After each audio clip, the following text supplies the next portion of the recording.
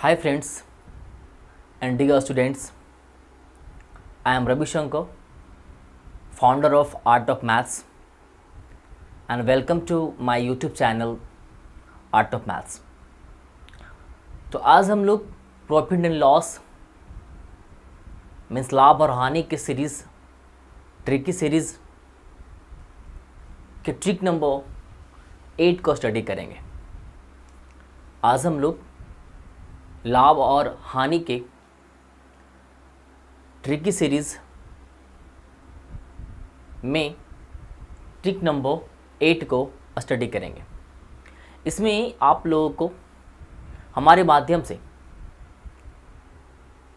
कुछ इस प्रकार का अगर मैथ्स अगर दिया जाए तो आप इसे कैसे हल करेंगे, है ना, इसे स्टडी कराया जाएगा। तो देखिए ज़रा, सवाल में कहा जा रहा है कि यदि x वस्तुओं का क्रय मूल्य y वस्तुओं के विक्रय मूल्य के बराबर हो तो लाभ प्रतिशत क्या होगा। मतलब x वस्तुओं का क्रय मूल्य y वस्तुओं के विक्रय मूल्य के बराबर हो तो लाभ परसेंट क्या होगा। तो ऐसे कंडीशन में आप समझ सकते हैं कि लाभ कब हो सकता है। लाभ तब हो सकता है जब हम कुछ रुपया में कुछ वस्तुओं को लाएं और कुछ रुपया में लाए गए वस्तुओं में से कम वस्तु को ही बेच दें। मतलब अगर हम लोग 10 रुपया में 10 वस्तु को लाते हैं, अगर हम लोग 10 रुपया में 10 वस्तु को लाते हैं और अगर हम लोग 10 रुपया में 8 वस्तु को बेच दें तो ऐसे कंडीशन में हमें क्या होगा, प्रॉफिट होगा, है ना। अगर आप लोग 100 रुपया में 20 वस्तु लाते हैं और अगर आप लोग 100 रुपया में 20 की जगह पे 15 वस्तु ही बेचें, है ना। अगर आप 100 रुपया में 20 वस्तु लाते हैं और 100 रुपया में 20 की जगह पे 15 वस्तु ही बेचते हैं तो आपको 5 वस्तु के बराबर क्या होता है, फायदा हो जाता है ना। तो जब आप सेम अमाउंट में अधिक वस्तु लाएं और कम वस्तु को सेल करें तब ऐसे केस में क्या होता है, आपको प्रॉफिट होता है। तो इस केस में क्या होगा कि जब भी यहाँ पे लाभ की बात की जाएगी तो लाए गए वस्तुओं की संख्या अधिक होगी, है ना, और बेचे गए वस्तुओं की संख्या कम होगी, है ना। ऐसे कंडीशन में जब आप x वस्तुओं का क्रय मूल्य y वस्तुओं के विक्रय मूल्य के बराबर देख रहे हैं तो ऐसे कंडीशन में क्या होगा कि जो यहाँ पे जो x का जो मान होगा, मतलब जो क्रय मूल्य वस्तुओं के क्रय मूल्य की जो संख्या होगी वस्तुओं के विक्रय मूल्य की संख्या से क्या होगी, अधिक होगी। मतलब अधिक वस्तु लाया और कम वस्तु को सेल किया, है ना। तो जितनी अमाउंट में वो अधिक वस्तु को लाता है उतना ही अमाउंट में वो कम वस्तु को सेल करता है। तो ऐसे कंडीशन में क्या होता है कि उसे प्रॉफिट होता है ना। और अगर इस तरह के मैथ्स को अगर पारंपरिक विधि से बनाया जाता है तो एक अच्छा खासा टाइम उसमें लग जाता है। और अगर एग्ज़ाम के पॉइंट ऑफ व्यू से अगर देखा जाए तो समय को बचाने के लिए आज के समय में ट्रिक्स का बहुत ज़्यादा महत्व है और ट्रिक्स से मैथ आना आपके लिए बहुत ही ज़रूरी है। अगर आप लोग मैथ को ट्रिक्स से सॉल्व नहीं करते, शॉर्ट मेथड से सॉल्व नहीं करते तो कभी भी आप लोग अपने एग्ज़ाम्स को बेहतर ढंग से क्वालिफाई नहीं कर पाएंगे। तो आज हम लोग सीखेंगे किस प्रकार के मैथ्स को ट्रिक के माध्यम से कैसे हल किया जाता है ना।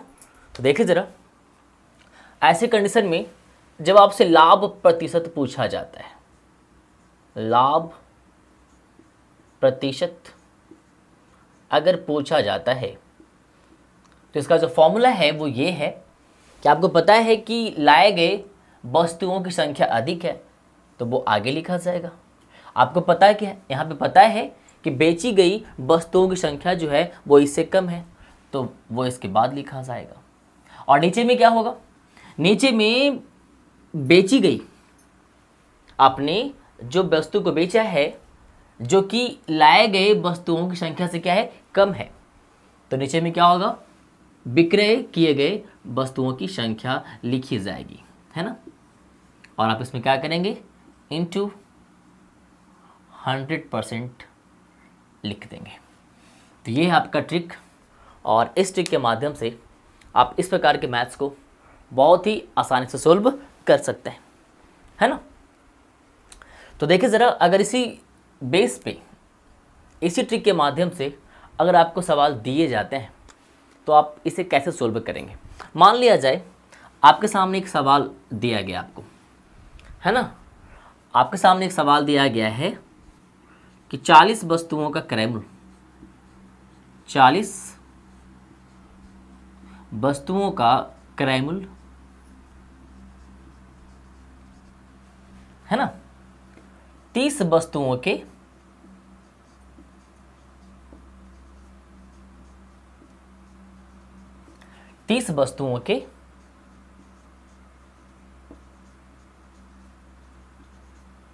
विक्रय मूल्य के बराबर है।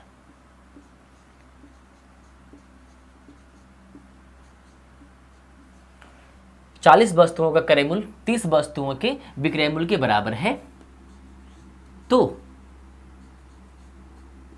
लाभ प्रतिशत बताएं। जब कभी आपको एग्जाम में ऐसा अगर सवाल दिया जाता है तो अगर आप इसे पारंपरिक मेथड से सोल्व करने जाते हैं तो एक अच्छा खासा वक्त आपको लग जाता है, और आपको भी मालूम है कि एग्ज़ाम में एक मैथ्स के लिए 1 मिनट से भी कम समय आपको दिया जाता है, तो उतना ही समय में आपको क्या करना है, मैथ्स को सोल्व करना होता है। तो अगर आप पारंपरिक विधि से बनाने जाएंगे तो आपको एक ही मैथ में 2, 3 या 4 मिनट भी आपको लग सकता है। तो उस टाइम के वेस्टिंग से बचने के लिए हम लोग इस तरह के फॉर्मूलाज को यूज़ करते हैं। तो देख लीजिए जरा, आपसे कहा जा रहा है कि 40 वस्तुओं का क्रय मूल्य 30 वस्तुओं के विक्रय मूल्य के बराबर है, तो लाभ परसेंट क्या होगा, है ना। तो हमने जैसा कि आपको फॉर्मूला बताया है कि वो एक जो दुकानदार है, चाहे कोई भी इंसान है, वो 40 वस्तुओं को ला रहा है, और 40 वस्तुओं को जिस दाम पे ला रहा है, जिस क्रय मूल्य पे ला रहा है, उस क्रय मूल्य को वो मात्र 30 वस्तुओं को सेल करके प्राप्त कर ले रहा है। मतलब साफ है कि एक इंसान 40 वस्तुओं को जितने प्राइस पर ला रहा है, उतने प्राइस को, उतने अमाउंट को वो सिर्फ और सिर्फ 30 वस्तुओं को बेचकर प्राप्त कर ले रहा है। तो ऐसे कंडीशन में जब वो 40 वस्तुओं को ला रहा है और उसी अमाउंट को, उस प्राइस को वो मात्र 30 वस्तुओं को बेचकर अगर प्राप्त कर ले रहा है, तो आप समझ सकते हैं कि उसे 10 वस्तुओं का लाभ हो रहा है। तो ऐसे कंडीशन में लाभ परसेंट को निकालने के लिए, लाभ प्रतिशत को निकालने का जो फॉर्मूला है, हमने आपको क्या बताया था कि अगर लाभ है, और लाभ तभी होगा जब क्रय मूल्य में वस्तुओं की संख्या अधिक होगी और विक्रय मूल्य में वस्तुओं की संख्या कम होगी।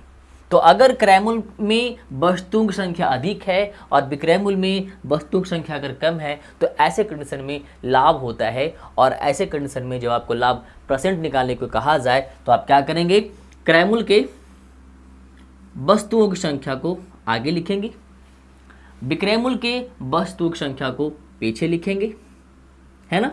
और नीचे भी क्या हमने बताया था कि वही सेम राशि यहाँ पे आ जाती है, वस्तुओं के या वस्तुओं की उस संख्या को यहाँ पर लिखा जाता है जो विक्रय मूल्य में दी जाती है। तो विक्रय मूल्य में वस्तुओं की संख्या को यहाँ भी लिखा जाता है और वस्तुओं के विक्रय मूल्य की संख्या को यहाँ भी लिखा जाता है। तो अब क्या करेंगे, 40 - 30, यहाँ भी क्या हो जाएगा 30 इंटू 100%, इंटू 100%। तो आप देख सकते हैं 40 - 30, 40 - 30 इज इक्वल टू 10/30 इंटू 100%। आप इसे कैंसिल भी कर सकते हैं, है ना, आप इसे कैंसिल भी कर सकते हैं। तो आप देख सकते हैं यहाँ पे इसका आंसर कितना आ रहा है, 100/3%, 100/3%। आप चाहें तो इसे कुछ इस प्रकार से भी लिख सकते हैं, 33 होल 1/3%। तो हम लोग इसी प्रकार से 1-2 एग्जाम्पल और लेंगे। देखिए बच्चों, उसी प्रकार का एक मैथ्स यहाँ पे लिया गया है जिसमें कहा जा रहा है कि 100 वस्तुओं का क्रय मूल्य 80 वस्तुओं के विक्रय मूल्य के बराबर है। 100 वस्तुओं का क्रय मूल्य 80 वस्तुओं के विक्रय मूल्य के बराबर है, तो प्रतिशत लाभ क्या होगा? तो प्रतिशत लाभ क्या होगा? हमने पहले भी कहा था, अगर आप लोग अधिक वस्तु को लाते हैं और उस वस्तु को लाने में लगाए गए अमाउंट को अगर आप कम वस्तु को बेचकर ही प्राप्त कर लेते हैं, तो ऐसे कंडीशन में आपको प्रॉफिट होता है। और जब इस केस में प्रॉफिट के बाद अगर प्रॉफिट परसेंट अगर पूछा जाए, तो प्रॉफिट परसेंट को पता करने का जो ट्रिक है ना, वो क्या है, आपको सामने दिया गया है, x minus by upon by into 100%। तो ऐसे कंडीशन में x क्या होता है, लाए गए वस्तुओं का संख्या, लाए गए वस्तुओं का संख्या कितना है 100, माइनस विक्रय किए गए वस्तुओं की संख्या 80, अपॉन विक्रय किए गए वस्तुओं की संख्या 80 into 100%। So 100 minus 80 is equal to 20 upon 80 into 100%, है ना। तो देखिए जरा आप लोग यहाँ पे 24 जा 80 एंड 25 4 जा 100, है ना। तो इस तरह के बिजनेस में कितना लाभ हो चुका है, 25% का लाभ गेन हो चुका है। तो आपने देखा कि जब कभी इस प्रकार का मैथ्स आपको अगर दिया जाएगा, है ना, जब भी इस तरह का मैथ्स दिया जाएगा तो आप कुछ इस प्रकार से चीज़ों को सोल्व कर सकते हैं, है ना। हम लोग कुछ और एग्जाम्पल्स लेते हैं और सीखते हैं और अपने मैथ्स की प्रैक्टिस को और स्ट्रॉन्ग करते हैं। प्यारे बच्चों, देखिए ज़रा, उसी ट्रिक पे एक और मैथ्स लिया गया जिसमें कहा जा रहा है कि 60 वस्तुओं का क्रय मूल्य 50 वस्तुओं के विक्रय मूल्य के बराबर है। मतलब जिस अमाउंट में दुकानदार 60 वस्तु को होलसेल में खरीदता है, उसी अमाउंट में वो रिटेल में 50 वस्तुओं को बेच देता है। मतलब उसे 10 वस्तु का लाभ होता है। उसे क्या होता है, 10 वस्तु का लाभ होता है। तो ऐसे कंडीशन में आपसे लाभ प्रतिशत पूछा जाता है, और अगर कभी ऐसा पूछा जाए तो इसका जो फॉर्मूला है वो आपको मालूम है कि प्रतिशत लाभ बराबर, जब भी लाभ होता है तो क्रय मूल्य में वस्तुओं की संख्या अधिक होती है और विक्रय मूल्य के वस्तुओं की संख्या कम होती है। जब कभी भी आपको इसमें ये कन्फ्यूज़न हो कि लाभ हो रहा है या हानि हो रहा है, या आपसे यहाँ पे परसेंट लाभ न देकर ये पूछा जाए कि परसेंट हानि या परसेंट लाभ बताएं, तो आप ये कैसे पकड़ पाएंगे कि वहाँ पे लाभ हो रहा है या फिर हानि हो रहा है। तो इसे पकड़ने का सबसे बड़ा माध्यम या सबसे बड़ा जो एक तरीका है वो ये है कि जब कभी आपको क्रय मूल्य के अंदर अगर वस्तुओं की संख्या अधिक दिखाई पड़े और विक्रय मूल्य के अंदर वस्तुओं की संख्या अगर कम दिखाई पड़े तो लाभ होता है ना। तो आप लाभ परसेंट भी निकाल सकते हैं। लेकिन जब कभी आपको ये दिखाई पड़े कि क्रय मूल्य के अंदर वस्तुओं की संख्या अगर कम है और अगर विक्रय मूल्य में वस्तुओं की संख्या अगर अधिक है, तो ऐसे कंडीशन में क्या होता है, हानि होता है। तो आपको वहाँ पे परसेंट हानि निकालने के लिए कहा जा सकता है। तो आप देख पा रहे हैं कि क्रय मूल्य में वस्तुओं की संख्या क्या है, अधिक है, और विक्रय मूल्य में वस्तुओं की संख्या क्या है, कम है। तो ऐसे कंडीशन में जब क्रय मूल्य के अंदर वस्तुओं की संख्या अधिक होती है तो वहाँ पे क्या होता है, लाभ होता है। और जब इस केस में आपसे लाभ परसेंट पूछा जाता है तो हमने आपसे पहले भी कहा था कि क्रय मूल्य किए गए वस्तुओं की संख्या माइनस विक्रय किए गए वस्तुओं की संख्या अपॉन विक्रय किए गए वस्तुओं की संख्या गुने 100%, है ना। आप इस प्रकार से परसेंट लाभ को निकाल सकते हैं या फिर निकालेंगे। तो आप देखिए जरा क्या हो रहा है, 60 minus 50 is equal to 10 upon 50 into 100%, है ना। 10 5 जा 50, 10 5 जा 50, सो 25 जा 100, सो प्रॉफिट इज 20%। तो जब कभी भी आपको इस प्रकार का मैथ्स दिया जाए और जब आप ये कंफ्यूज हों कि लाभ हो रहा है या हानि, तो ऐसे कंडीशन में आप ध्यान रखें कि जब भी क्रय मूल्य में वस्तुओं की संख्या जब अधिक दी जाए तो आप समझ जाइएगा कि वहाँ पे परसेंट लाभ निकाला जाएगा, मतलब वहाँ पे लाभ हो रहा है।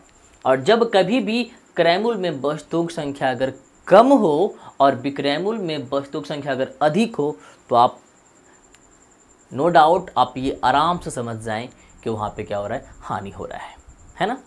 तो अब हम लोग मिलते हैं अगले ट्रिक में, जहाँ पर कि आपको लाभ हानि निकालने के लिए कहा जाएगा और उस केस में किस प्रकार से बहुत ही कम टाइम में ट्रिक्स के माध्यम से हम लोग कैसे परसेंट हानि को निकालते हैं। हम लोग उसमें या ट्रिक नंबर 9 में हम लोग ये सीखेंगे कि जब ऐसे केस में कि जब क्रैमुल में वस्तुओं की संख्या कम हो और विक्रैमुल में वस्तुओं की संख्या अधिक हो तो ऐसे कंडीशन में किस प्रकार से, किस ट्रिक के माध्यम से परसेंट हानि निकाला जाता है ना।